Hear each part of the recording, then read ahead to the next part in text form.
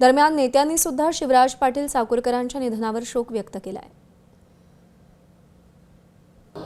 राजकारणामध्ये एक प्रचंड सभ्यता पाळणारा नेता म्हणून देखील त्यांच्याकडे पाहिलं गेलं।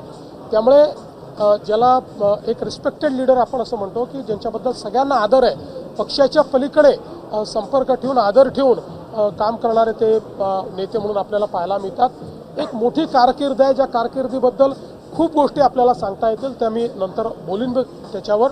पण मला असं वाटतं की निश्चितपणे महाराष्ट्रातलं एक मोठं नेतृत्व हे आज आपल्यातनं गेलेलं आहे आणि शिवराज पाटील हे वेगवेगळ्या कारणांनी निश्चितपणे आपल्याला आठवणीत राहतील, त्यांनी केलेल्या कार्यामुळे आपल्याला आठवणीत राहतील। शिवराज पाटील चाकूरकर यांचं दुःखद दुर्दैवी निधन झालं।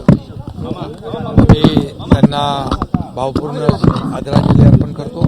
अनेक पदं त्यांनी भूषवली। काँग्रेसचे ज्येष्ठ पदाधिकारी म्हणून त्यांनी काम केलं। राजकारणामध्ये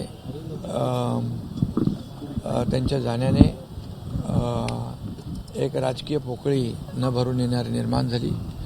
महाराष्ट्र के बहुत वरिष्ठ, सिर्फ महाराष्ट्र नहीं देश के बड़े नेता रहे। मैं उसको हमारी फैमिली की तरफ से, हमारे तो पारिवारिक संबंध है, हम एक राज्य से आते हैं। बहुत साल आदरणीय पवार साहब और शिवराज सिंह जी ने साथ काम किया है।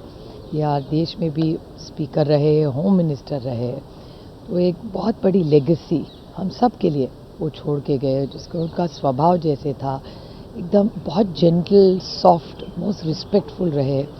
एक देश ने एक बहुत संस्कारी नेता आज खोया है। खूप वाईट वाटलं की सर्वधर्म समभावाची एक नीती घेऊन आम्ही पक्षामध्ये एकत्रित काम करत होतो।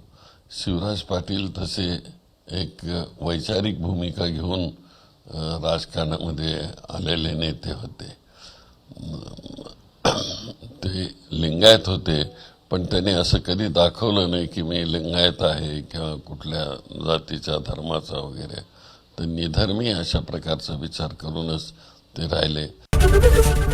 एबीपी माझा, उघडा डोळे बघा नीट।